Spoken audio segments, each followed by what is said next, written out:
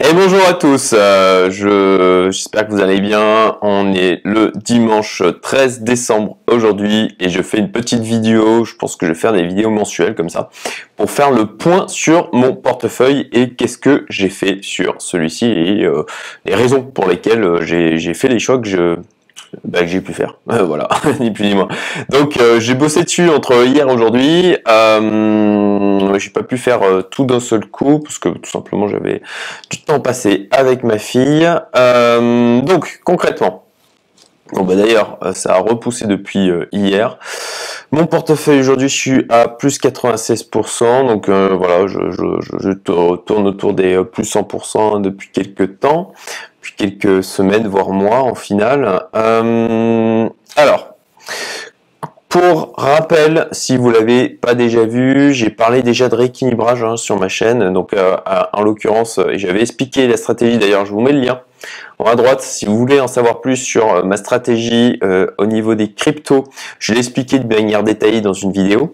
Et je vais donc me baser toujours sur le même mind mapping, alors qui cette fois ne sera pas disponible en lien de la description de la vidéo, puisque ça c'est mon mind mapping perso et que je n'ai pas pour objectif celui-là de le mettre en libre accès aux personnes qui suivent ma chaîne. Néanmoins, vous pouvez en voir une partie du coup, puisque je m'en sers en support au niveau de cette vidéo. Donc, alors, concrètement, qu'est-ce que j'ai fait on voit au niveau de mon portefeuille, j'ai visé un 20% minimum de Bitcoin. Là, je suis à 30%.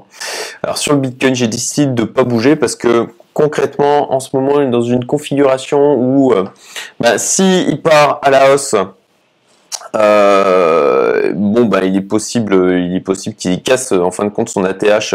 Il est possible qu'il entraîne les altcoins derrière lui. Il est possible du coup, en fait, les trois scénarios, assez simplement, c'est il casse son ATH. Deuxième scénario, c'est que il se met à consolider au niveau de ses 19 000 pendant quelques semaines, un mois, j'en sais rien. Et puis le troisième scénario, c'est qu'il rebaisse. Franchement, je suis plutôt sur le scénario d'une correction. On verra bien si le marché me donnera raison ou tort. Néanmoins, je garde en tête qu'il y a ces trois scénarios qui sont possibles. Donc, le Bitcoin, là concrètement, je diminue mon allocation en Bitcoin, principalement quand je veux prendre des positions, et je vais en parler, soit sur ce que j'appelle mes cryptos de niveau 2, soit sur les cryptos de niveau 3. Donc je fais un mélange de rééquilibrage mais éclairé en regardant quand même ce que donnent les différentes cryptos d'un point de vue chartiste, d'un point de vue analyse technique. ETH de la même manière, je suis à 19,6%, j'étais à moins hier, donc je décidais de ne pas bouger là aussi. Non, c'est faux. C'est faux. J'en ai racheté en fait de l'Ethereum.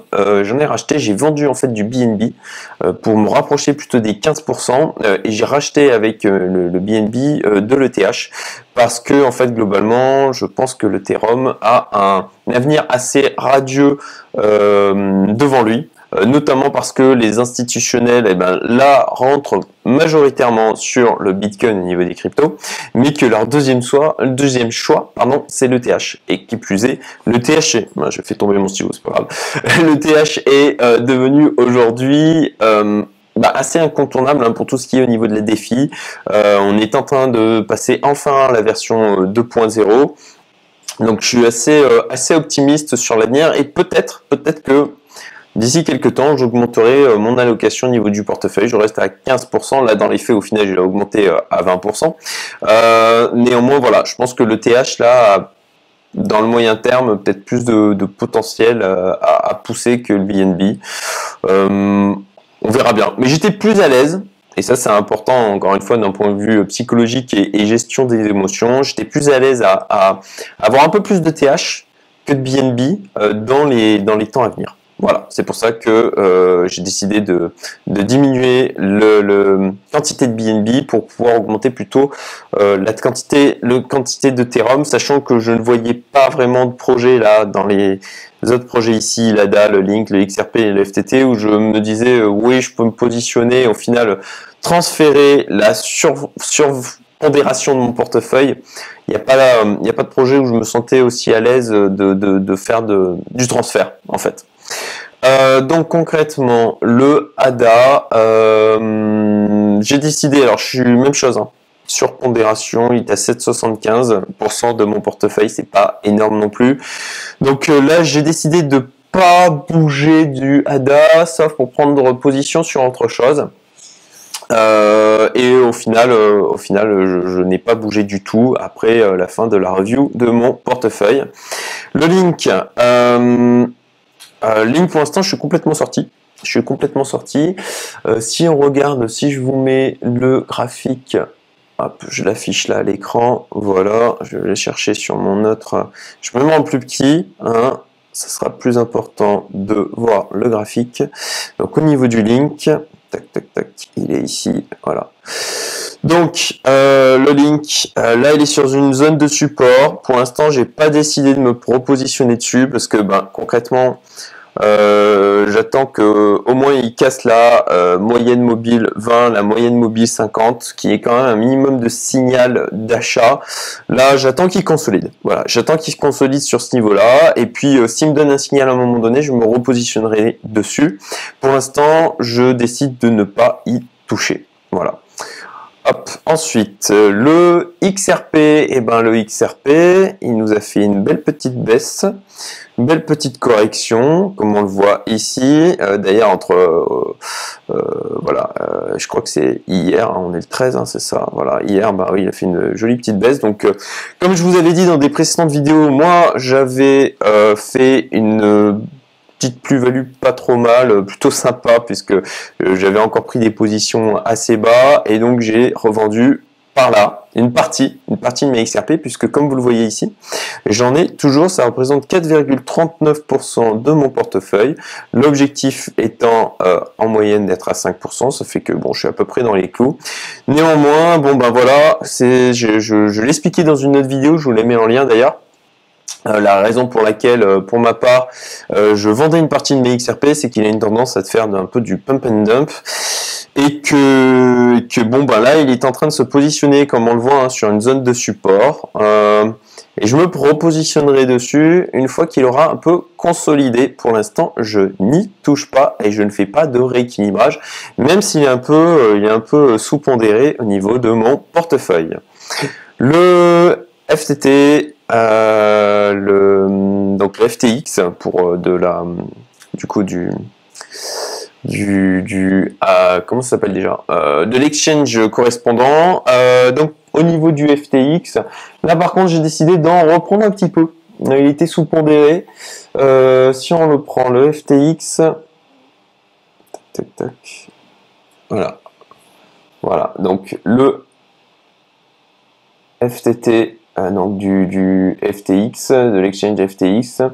Là, je trouvais que il était vraiment sur un point bas. Il est vraiment sur un point bas. Il a l'air de consolider. La moyenne mobile 50 et la moyenne mobile 20 sont en train de se rejoindre. Donc, je me sentais assez à l'aise de revoir ça a été vraiment un petit peu, hein, très franchement.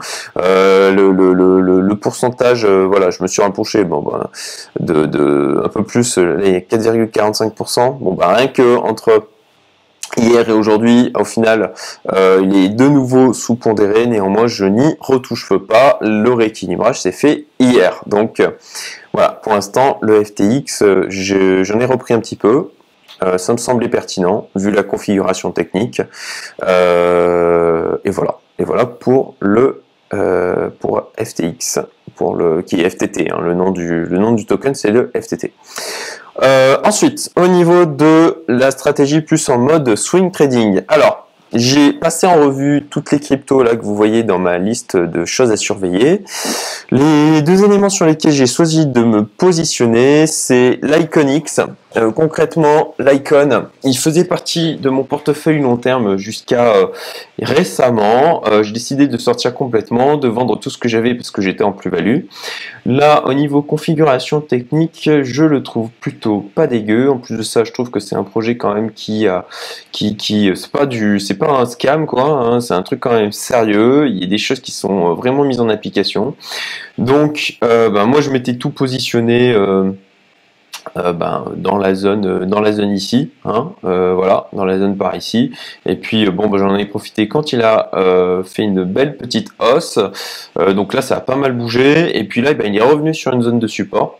Donc j'ai décidé de prendre une position dessus. Concrètement, ce que je vise sur l'Iconix, c'est un plus 100%. Franchement, je pense que c'est carrément réalisable et envisageable, hein, compte tenu du graphique. Je pense que donc je me suis mis une zone de sortie autour de 40-50 ici et un stop loss à 17,60, sachant que là en ce moment il est donc à 20,05. Voilà, donc au final une prise de risque assez faible pour un potentiel de gain assez important. Donc on verra bien ce que ça donnera. Voilà pour l'Iconix. Ensuite, deuxième sur lequel je me suis positionné, je regarde mes notes tout simplement, c'est le Theta. Alors le Theta, voilà, avec un objectif là aussi de 90%. Le Theta, on va regarder la tête qu'il a au niveau graphique. Voilà. Le Theta, je trouve qu'il a un graphique qui me plaît bien. Voilà, il a un graphique qui me plaît bien dans le sens où il était venu taper une première fois ici, une deuxième fois, une troisième fois, pouf, il a cassé cette zone de résistance qui était assez importante. Il est revenu se positionner dessus là. Donc, moi, il me fait penser en fait un peu concrètement au BNB en termes d'évolution, depuis en fait son lancement. Voilà, BNB. Donc, voilà, c'était 2017. Vous voyez qu'il a une très belle courbe le BNB par rapport au BTC, au contraire de plein d'autres altcoins. Et voilà, le Theta en fait il me fait penser, je trouve qu'il y a une bonne configuration technique. Il a tapé plusieurs fois, ok, il est sorti du truc, là il est revenu sur sa zone de support. Même chose, le Theta, on a la moyenne mobile 20 et la moyenne mobile 50 qui sont en train de se rejoindre. Donc je trouve que voilà, pour ma part, il est même au-dessus de sa moyenne mobile 20. Je trouve qu'il y a une belle configuration technique. C'est pour ça que il y a un beau potentiel de hausse à moyen terme. C'est pour ça que je me suis dit que ça pouvait être intéressant de prendre une position avec en l'occurrence un stop loss à 28,45, donc là il est à 36,25 et un objectif de plus 80% autour de 70,08. Voilà ce qui nous amènerait par ici. Je pense que c'est quelque chose qui est assez envisageable compte tenu encore une fois de sa configuration technique. Je pense que là il est en train de il revient sur sa zone de support et qu'il a vraiment le potentiel de repartir. On verra bien si j'ai raison, encore une fois. Je trouve que le risque versus gain vaut le coup de se positionner. Voilà pour les altcoins. À noter que toujours dans mon portefeuille, je me traîne le Strax, auparavant qui s'appelait Strat, donc le Stratis. Je vais faire une autre vidéo sur le sujet parce que concrètement j'essaye de m'en débarrasser, surtout que je suis un peu en gain sur le sujet. Alors bon, c'est faussé par rapport au fait qu'ils ont fait vous savez, le swap. J'ai fait une vidéo d'ailleurs sur le sujet. C'était pas forcément simple de le faire quand on avait loupé la fenêtre de tir pour que ça se fasse automatiquement, ce qui était mon cas. Donc j'ai fait une vidéo parce que j'avais un petit peu galéré à faire le swap manuellement. Et d'ailleurs, je vous la mets ici si jamais ça vous intéresse au niveau du Stratis. Et concrètement là, j'ai exploré les possibilités pour le vendre parce qu'on ne peut pas faire de deposit sur Binance pour le Strax actuellement. Mais je vais faire une vidéo dédiée. J'espère que ça servira à certaines personnes puisque j'ai essayé de trouver des exchanges sur lesquels balancer mes Strax pour les vendre, mais sans succès jusqu'à maintenant. Voilà. Notez aussi que je vais aussi faire une vidéo là de mise à jour par rapport à NapBots, puisque j'ai, comme je l'avais dit, il me semble dans la vidéo, j'ai renforcé ma position dessus et je l'ai fait par un super moment. Et donc je pense que ça servira à certaines personnes en termes d'expérience sur le sujet. Voilà tout. J'espère que ça vous sera utile. N'hésitez pas à me mettre du coup des commentaires, à liker si ça vous a plu, bien entendu. Ça fera toujours plaisir. Et puis dites-moi si si vous trouvez ça intéressant que je vous fasse, en même temps que je fasse ma review du portefeuille mensuel, que je vous partage aussi les raisons pour lesquelles je décidais de me positionner, les choix que j'ai pu faire. N'hésitez pas à me mettre en commentaire si vous avez aussi des remarques. Hein. Encore une fois, je n'ai pas, je ne suis pas le meilleur, très loin de là. Pour l'instant, j'ai un portefeuille qui a fait 100%, mais dans le monde des cryptos, c'est franchement pas extraordinaire, même si j'ai accumulé là sur ces 3 dernières années, ça n'a rien d'extraordinaire et concrètement, moi je vise encore à minima sur l'année 2021/2022 x5 à x20 sur mon portefeuille. Voilà. Je vous souhaite une excellente journée. On est le dimanche, mais la vidéo ne sortira que demain. Donc je vous souhaite une très bonne semaine. À bientôt. Salut.